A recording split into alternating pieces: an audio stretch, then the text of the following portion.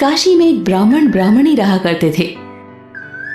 उनका एक नियम था, वो दोनों पति पत्नी रोज 7 कोस दूर गंगा में स्नान करने जाते थे। वापस घर आने के बाद ब्राह्मणी बहुत थक जाती थी। एक दिन उसने ब्राह्मण से कहा, कितना अच्छा होता अगर हमारे एक बेटा होता। ऐसा क्यों कह रही हो? बेटे की बहू हमारे लिए गरम गरम खाना तैयार रखती और घर का सारा काम भी कर देती। ब्राह्मण को ब्राह्मणी की बात सही लगी तो उसने कहा, तेरी बात एकदम ठीक है। तूने कहा है तो अब मैं तेरे लिए बहू ला ही देता हूँ। एक काम कर, एक पोटली में आटा डालकर उनमें कुछ सोने के सिक्के रख दे। अच्छा जी, ठीक है। ब्राह्मणी ने वैसा ही किया। ब्राह्मण को पोटली बांध कर दे दी, जिसे लेकर वो बाहर चला गया। कुछ दूर चलने पर उस ब्राह्मण को यमुना नदी के किनारे कुछ लड़कियां दिखाई दी जो रेत से घर बनाकर खेल रही थी। ब्राह्मण की नजर सबसे सुंदर लड़की पर गई। ये देखो मेरा घर कितना सुंदर है। जैसे ही दूसरी लड़की ने उसका घर तोड़ने के लिए हाथ आगे बढ़ाया, उसने कहा, नहीं नहीं, मैं अपना घर नहीं तोड़ूंगी, मुझे तो रहने के लिए ये घर चाहिए। लड़की की बात सुनकर ब्राह्मण ने सोचा, बहू बनने के लिए यही लड़की एकदम सही रहेगी। जब वो लड़की अपने घर जाने लगी तो ब्राह्मण भी उसके पीछे पीछे चलने लगा और उसके घर के बाहर पहुंचकर ब्राह्मण ने कहा, बेटी, कार्तिक का महीना चल रहा है, इस कारण मैं किसी के घर खाना नहीं खा सकता। मैं आटा लेकर आया हूँ। क्या तुम अपनी माँ से पूछ सकती हो कि क्या वो इस आटे को छान कर मेरे लिए 4 रोटी बना पाएंगी? अगर वे मेरे आटे को छान कर रोटी बनाएंगी तभी मैं रोटी खा पाऊंगा। जी जरूर, मैं माँ को पूछ कर आती हूँ। लड़की ने घर के अंदर जाकर अपनी माँ को सारी बात बता दी। हाँ बेटा, जरूर, तुम जाकर उनसे उस आटे की पोटली लेकर आ जाओ। लड़की ने वैसा ही किया। जब उसकी माँ आटा छानने लगी तो आटे में से सोने के सिक्के निकले। ये देखकर वो सोचने लगी, जिसके आटे की पोटली में इतने सारे सिक्के हैं, उसके घर में कितने सिक्के होंगे। जब ब्राह्मण खाना खाने बैठा तो लड़की की माँ ने बड़ी चालाकी से उसे प्रश्न किया, बाबा, क्या आप अपने लड़के की सगाई करने जा रहे हो? मेरा बेटा तो काशी में पढ़ने गया हुआ है। यदि आपकी अनुमति हो तो खांड कटोरे से विवाह करके मैं आपकी बेटी को अपने साथ ले जा सकता हूँ। ठीक है बाबा। ऐसा कहकर उसने खांड कटोरे से अपनी बेटी का विवाह करके ब्राह्मण देवता के साथ उसे विदा कर दिया। ब्राह्मण ने अपने घर आकर पत्नी को आवाज लगाई और कहा, रामू की माँ, दरवाजा खोल, मैं तेरे लिए बहू लेकर आया हूँ। ब्राह्मणी को ब्राह्मण की बातें मजाक लगी तो उसने पलटकर जवाब दिया, दुनिया तो ताना मारती ही थी, अब आप भी शुरू हो गए। हमारे तो 7 जन्म तक कोई बेटा बेटी नहीं है, तो बहू कहाँ से आएगी? अरे तू दरवाजा तो खोल कर देख। जब ब्राह्मणी ने दरवाजा खोला तो सामने एक सुंदर लड़की को खड़े देखा। ब्राह्मणी ने अपनी नई बहू का स्वागत किया और उसे घर के अंदर ले आई। अब जब भी ब्राह्मण ब्राह्मणी स्नान करने गंगा किनारे जाते तो उनके पीछे से बहू घर का सारा काम कर देती और खाना बनाकर रख देती, उनके कपड़े बर्तन धो देती और रात को उनके पैर दबा देती। ऐसे ही समय बीतने लगा। एक दिन ब्राह्मणी ने अपनी बहू से कहा, बहू, कभी भी चूल्हे की आग मत बुझने देना और मटके का पानी खत्म होने ना देना। बहू ने सास की बात पर हामी भरी। एक दिन जब ब्राह्मण ब्राह्मणी स्नान करने गए तो पीछे से चूल्हे की आग बुझ गई। बहू भागी भागी पड़ोसन के पास गई और बोली, मेरी चूल्हे की आग बुझ गई है, मुझे थोड़ी आग चाहिए। मेरी सास ससुर सुबह 4 बजे से गए हुए हैं, वे थके हारे घर आएंगे, मुझे उनके लिए खाना बनाना है। पड़ोसन ने उससे पूछा, तू कहाँ रहती है? बहू ने अपने ससुराल की तरफ इशारा किया।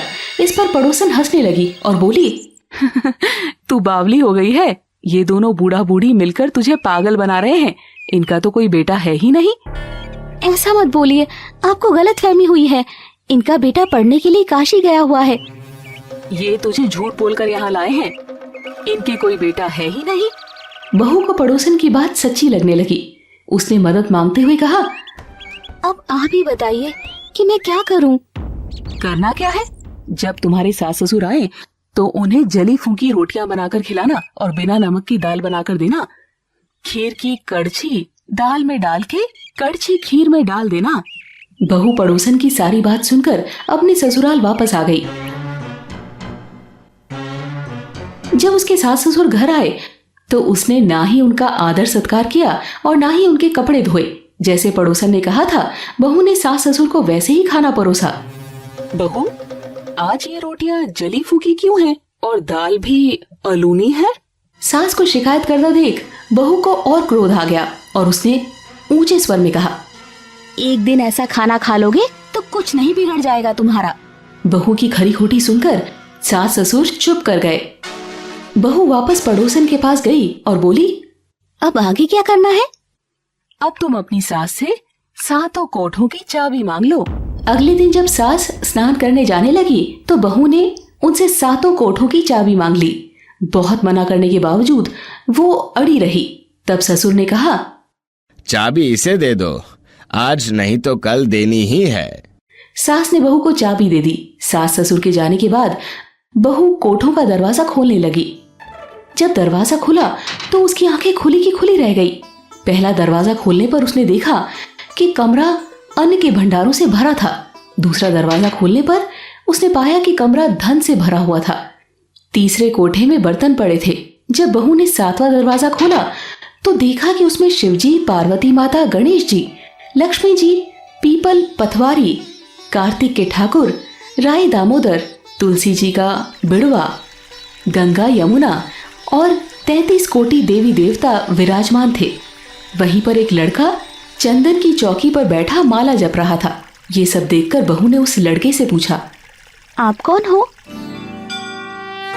मैं तुम्हारा पति हूँ। अभी दरवाजे को बंद कर दो। जब मेरे माता पिता आएंगे तब दरवाजा खोलना। बहू खुशी से फूली नहीं समाई। वो कमरा बंद करके 16 श्रृंगार करने लगी। नए वस्त्र पहनकर अपने सास ससुर का इंतजार करने लगी। उसने उनके लिए स्वादिष्ट पकवान बनाए। जब सास ससुर घर आए तो उसने आदर सहित उनका स्वागत किया और खाना परोसा।